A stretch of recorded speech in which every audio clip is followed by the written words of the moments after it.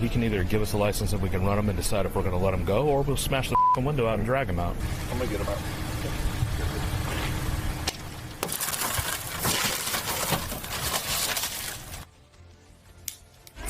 Hi, everyone. It is 5 o'clock on the East. I am Stephanie Rule, in for my friend Nicole Wallace. And that video you saw right there, that is what life under Donald Trump's campaign of mass deportation looks like here in the United States of America. ICE agents threatening to smash a man's window and drag him out of his car during a traffic stop in Maryland. And if you were hoping that kind of violence is an aberration or a case of just a few bad apples, there's new reporting out by ProPublica that finds it is actually part of a broader escalation of the use of violence by ICE during Donald Trump's presidency, as agents rush to meet his aggressive deportation and arrest quotas.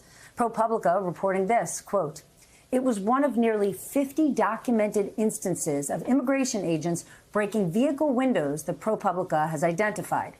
We found just 8 in the previous decade. ICE says its officers use a minimum amount of force when making arrests. Use of force experts and former immigration and customs enforcement insiders say that tactic was rarely used during previous administrations. They say there is no known policy change greenlighting agents' smashing of windows. Rather, it is part of a broader shattering of norms." ProPublica's reporting includes videos of that so-called minimum amount of force. Take a look at this, and I warn you, these are graphic. Look. Open the door. No, you can. You can. Why? It's illegal. Look. It's pregnant. It's pregnant. Here's another video uncovered by ProPublica from an ICE arrest that took place on Mother's Day.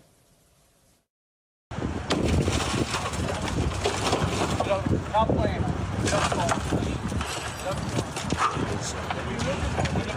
out of the car. Watch your back. Watch your back.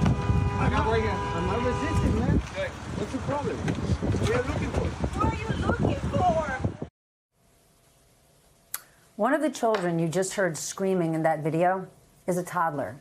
The other is a 12-year-old with severe disabilities. They had just left church. The family and a bystander said the agents threatened them with what they believe was a gun. The White House, though, stands behind these scenes we have just shown you. Here's what they told ProPublica when they asked for a comment, quote, "ProPublica is a left-wing rag that is shamelessly doing the bidding of criminal illegal aliens." Deputy Press Secretary Abigail Jackson said this in a statement. ICE officers are heroically getting these violent illegal aliens off American streets with the utmost professionalism. I got to take a deep breath on that one. We begin this hour with ProPublica reporter Nicole Foy. She is bylined on that reporting that we just read from. Also joining us is Deputy Director of the ACLU Immigrants' Rights Project, Lee Gellerant. Nicole, this is an incredible body of reporting that I want to point out. While the White House sort of insulted or tried to drag ProPublica, they didn't deny, they didn't refute any of your reporting. Tell us about what you uncovered in these stories.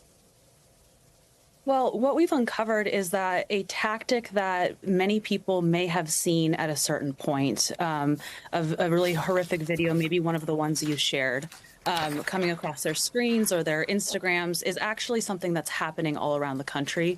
There's immense pressure on immigration officials to complete deportations at a really increased speed. And although there is a professed administration focus on arresting the worst of the worst, what we end up seeing broadly, and also certainly in these videos, is that many of the folks who are being arrested and rather forcefully, with their windows broken in, dragged out onto the ground in front of their children or in front of a pregnant spouse, they don't have much of a criminal record, and maybe people who it would be confusing to the average viewer why such force is needed to arrest them. ICE and the administration has told us that they believe that this falls within the bounds of a reasonable use of force. But I think what we wanted to show for this story was that not only is this happening at a much higher pace than people may be aware of and happening in their neighborhoods, but that the way that some of these people are being arrested may not appear to be reasonable to the average viewer. But the way they're being arrested, this use of force, whether you want to call it minor or major, these ICE agents aren't being punished or questioned. According to your reporting, it's just the opposite. It's like they're being celebrated and promoted. Yeah, that's accurate. I think that this is definitely a tactic that while former officials have told us it was certainly never against policy. It was something that happened from time to time. It was rare. It was not something you saw very often. But from very early on in our reporting, we were able to track as early as January and February increased uses of ICE officers, even top government officials. That first video that you saw is the former Maryland ICE director who is now in one of the top positions in ICE in Washington, D.C.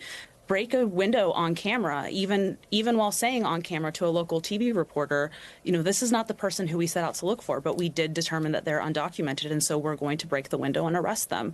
After that, he was promoted, and there's officers in Border Patrol on the West Coast and operating in California right now who have also been incredibly supportive of this tactic.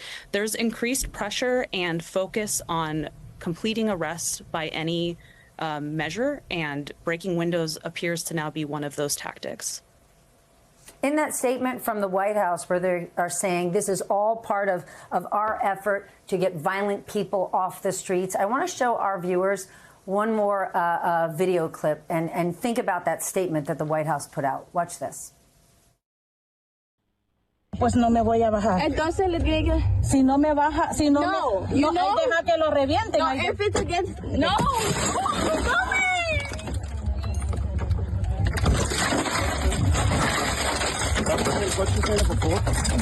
You guys cannot take her! Just because you guys want No te preocupes, Karen, no te preocupes. Tranquilo. Tranquila, mamá. You guys are... Háblale a Ulises. You act like you already have kids! No te preocupes, mamá. Todo va a estar bien. Tenga cuidado, tenga cuidado. Gracias. Nicole, not only is this woman not resisting arrest, I know it's in Spanish, but she's actually thanking the people who just smashed her car window and cooperating with them. Talk to us about her story. Yeah, this is Elsie Noemi Berrios.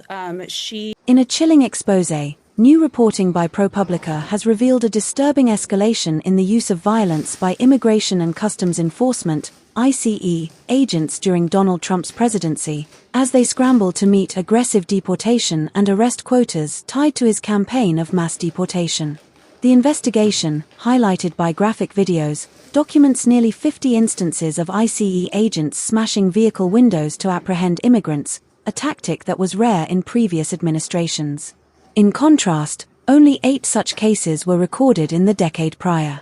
This surge in forceful arrests, often targeting individuals with little or no criminal history, has sparked outrage and raised questions about the normalization of excessive force under the current administration. One striking video from Maryland shows ICE agents threatening to break a man's car window and drag him out during a traffic stop, with an agent stating, "He can either give us a license, or we can run them and decide if we're going to let them go, or we'll smash the window out and drag them out." Another disturbing clip, recorded on Mother's Day, captures agents storming a home after a family left church, terrifying a toddler and a 12-year-old with severe disabilities. Bystanders reported agents brandishing what appeared to be a gun. In a third case, a 51-year-old mother, Elsie Noemi Barrios, was arrested in New England despite cooperating with officers. Her 18-year-old daughter, sobbing in the passenger seat, recorded agents smashing the car window, even as Barrios thanked them in Spanish.